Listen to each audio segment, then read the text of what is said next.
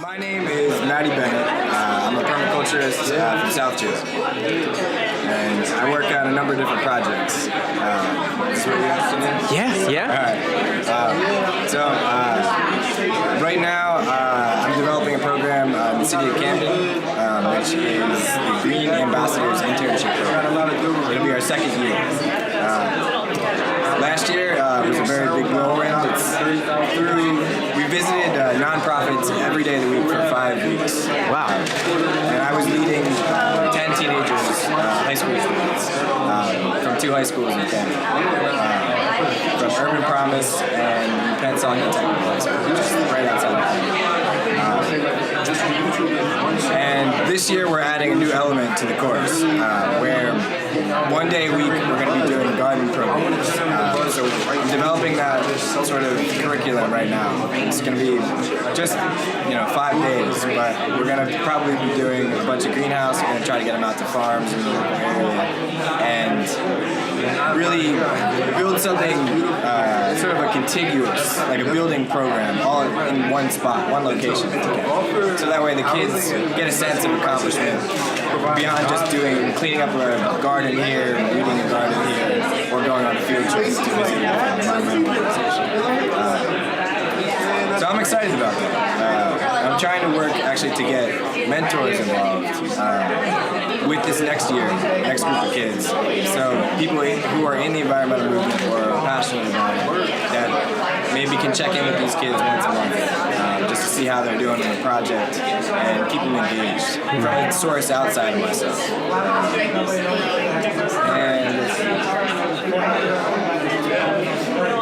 I also help out with a friend's farm. I'm going to be a mentor on Ben's course. Ben Wilson and Melissa's course. Okay. I'm really looking forward to that.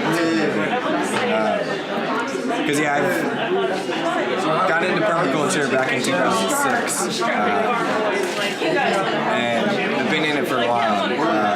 I've seen a lot of media and read a lot of books and stuff, and dabbled in primitive skills. And then even sort of come all the way back because I started out as a mechanical engineer. So now it's sort of even beyond permaculture. I think of this idea of cultural succession, similar to forest succession. But when I first learned permaculture, I wanted to jump right into eco-villages, and I did. I traveled and lived in those places. But when I thought of translating it back to where I come from in this area, it makes no sense anymore. So that's where the idea of cultural succession comes in. It's like, all right, let's set reasonable benchmarks to accomplish these goals in these places where we are. But also that retain the beautiful character of these places and the accomplishments that all these other generations have spent building in our area. Anyway, I can talk at length.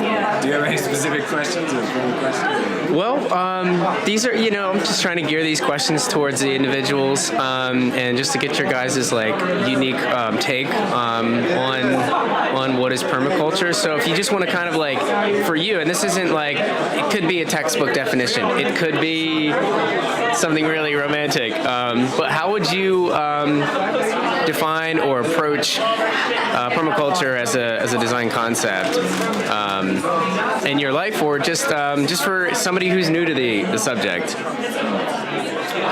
So the first thing, I guess, about how I would define permaculture is I think it's a plural word. I think it's, by definition, needs to be plural. It's more permaculturist. Because the idea that there's only one way to do it is frightening. It seems limiting. It seems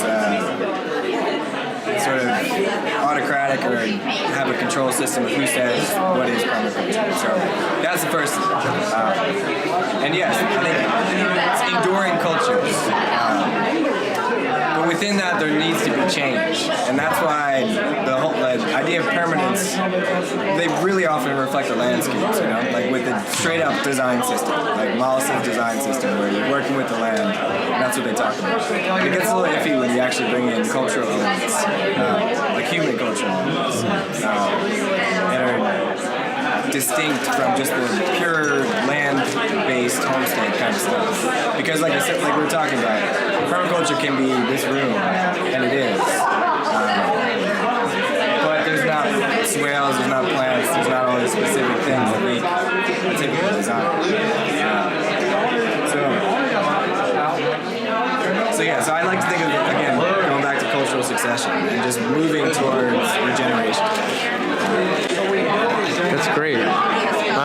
So, in your life, how do you see, or how are you achieving a sort of cultural succession, or how are you implementing or applying these principles, sort of like we are today?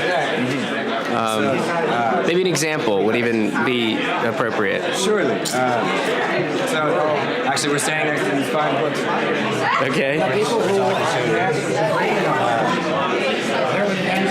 So these lovely books are the story of the universe, as told by the universe, as the narrative. And they're children's books, and they're delightful. You can see there's a timeline at the top of each page, which goes over the main events. And this is in billions of years going back into time. But it's told in a poetic, storytelling sort of mode. But it's all science. It's all based in science. And it's about creativity as well. Like, one of the major themes in these books are that whenever we come across great challenges, like, for example, like a star becoming too big and just can't maintain its structure anymore, that it explodes and crashes down in on itself. It creates such intense power, but it's such creative power that it literally forges new atoms in its core, and then it explodes in a flash of incredible creativity. I think we're trying to avoid that with civilization right now. I don't think we're trying to explode everything, but we need to get creative to overcome these crises. And so it's a wonderful message. It's repeated over and over in these books. And I think of this as permaculture, where it's just kids learning the contextual story of how everything came to be, but not so scatterbrained, but in more of an oral storytelling sort of format, which goes way back to what humans have been for millions of years, before the last 10,000 years of agricultural civilization, and then just before the last 100 years, basically, of public education. Because if we can get this story known by more people and more adults, I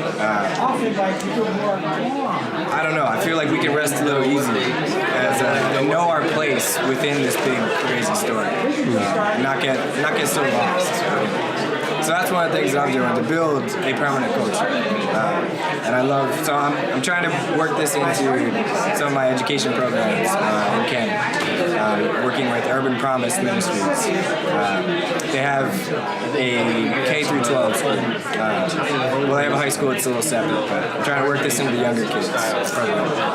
You mentioned narrative, and in a book that I was recently reading, Ben may have introduced you to it. It's called Native Science, and I've heard of it. It's a fantastic book. Take a look if you have the time. There's an excerpt that says basically science, as we understand it, from just taking a step out of it, is really a process of telling a story about the nature of things and the things of nature. Could you comment on the role of the narrative in maybe your life, or just in the general life, or like this?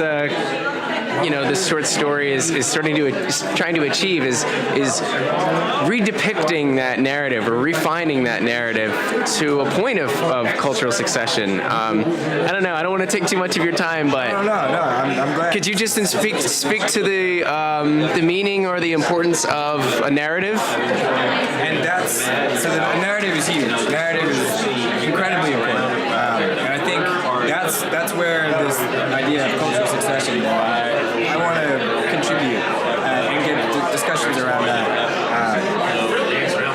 because, like I said, the original permaculture narrative was sort of get land, go live in a homestead and farm and work with animals, and sort of return to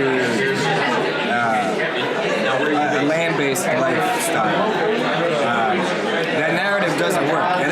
people who already have the land and they're looking to transition into a better management of it, which I kind of think is really more how the permaculture movement really started with the 72-hour class, which is like, that's way too much information in way too little time for someone from the suburbs like myself to then be like, now I'm gonna go out and design a property. Like, I just spent 72 hours, I know what's up. But if I had grown up on a farm and worked on machinery and animals like my whole life, then yeah, that 72 hours would probably be enough to tweak what I was doing and to do it really well. So I think the idea of creating a narrative where there's timelines, where we're looking out into transitioning culture as a whole, but also becoming more unique, because it's really actually hard to say with technology, to be honest, to bring in, when you start talking about nanotechnology and battery technology and energy technology, how all of this is going to affect the political structures that we currently have as well. I can see, like, ultimately, like, just more of cultural power becoming more important instead of just money, like person-to-person influence, like over your local areas, based on meaningful interactions and shared experiences on an annual, sort of cyclical basis. So little festivals, harvest stuff, planting stuff, gatherings in the winter.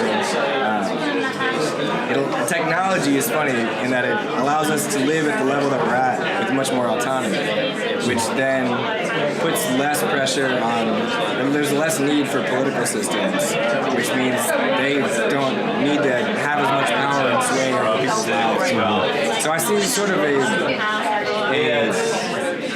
freedom, but kind of working together. Like, when I first got involved in this movement too, I know this is going on, but when I first got involved in this movement too, I eventually found myself that leading to sort of rewilding and anarcho-primitivism. And now that I'm kind of stepping back into this area on the East Coast, like I was out on the West Coast for a while, in Portland, Oregon, Trackers Earth. They're an awesome school. Kind of like an urban wilderness adventure school. Teaches primitive skills, but like with an edge. It's great. It's a real fun program. And also, like, they have some dorky too, where like they'll have like snowball fight camps for kids, like over a winter break. And then like there's like Harry Potter, like witchcraft, like school, which was just like an herbal medicine class for little kids. But like they all got dressed up, and the teachers got dressed up in like outfits like the teachers and stuff. They're creative people. But I was very antagonistic, and now I see more of a transition. Now that I've sort of gotten into working with local government, with educators, that there's a lot more people that are actually thinking about this stuff than I had realized, and I think permaculture has a lot to offer, but we have a lot to listen for as well, because there's a lot of other stuff going on. Sometimes people are like, no, we just need to plant trees and everything will be fine. You know? No, but there's, like, I don't know, we have roads, we still have these cars, we have all this infrastructure, we got to work with these things and plan for it. And I think there is a space for sort of a human wilderness areas where people are allowed to live in traditional ways. For as long as they want, they can go. You can go there and live that way, and then come back out. There's a wonderful teacher by the name of Lynx Vilden. She's out on the West Coast, and she does these 3 months excursions into wilderness areas with people living entirely primitively. And she has this vision, not only for like a wilderness network, sort of based on rewilding the earth. Those Dave Foreman has done important work there.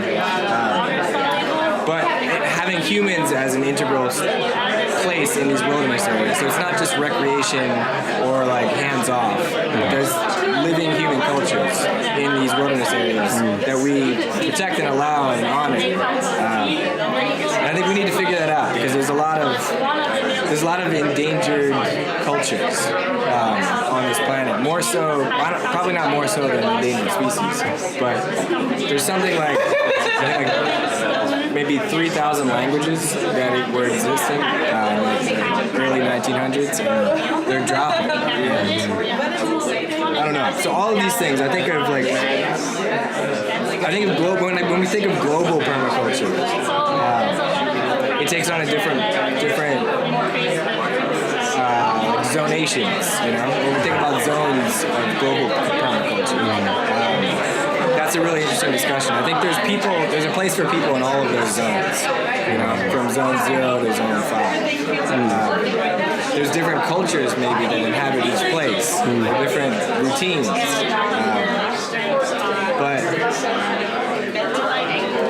Creating a wildlands network around the globe, but also having human wilderness areas as well. Is some part of this vision that I've been cobbling together as well. So I'm a big fan also of the transition network. And that was started by Peak World guys that were like flipping out, and they were like, "Wait, our grandparents had it better than we did." I can't blame them, especially a lot of the people that had these awesome little English villages in the first place, you know, to re-inhabit and go back to. But like the suburbs, it's like a novel experiment, and I think there's a lot of room to change culture there, especially when it comes to permaculture as well. I don't know, there's a lot, but I like work parties. That's my favorite. People get stuff done, we eat food, somebody's playing music at all times. At the end of the day, everybody leaves with a smile. And a lot of conversations happen. Some work is done. That feels like a return to a more natural human condition.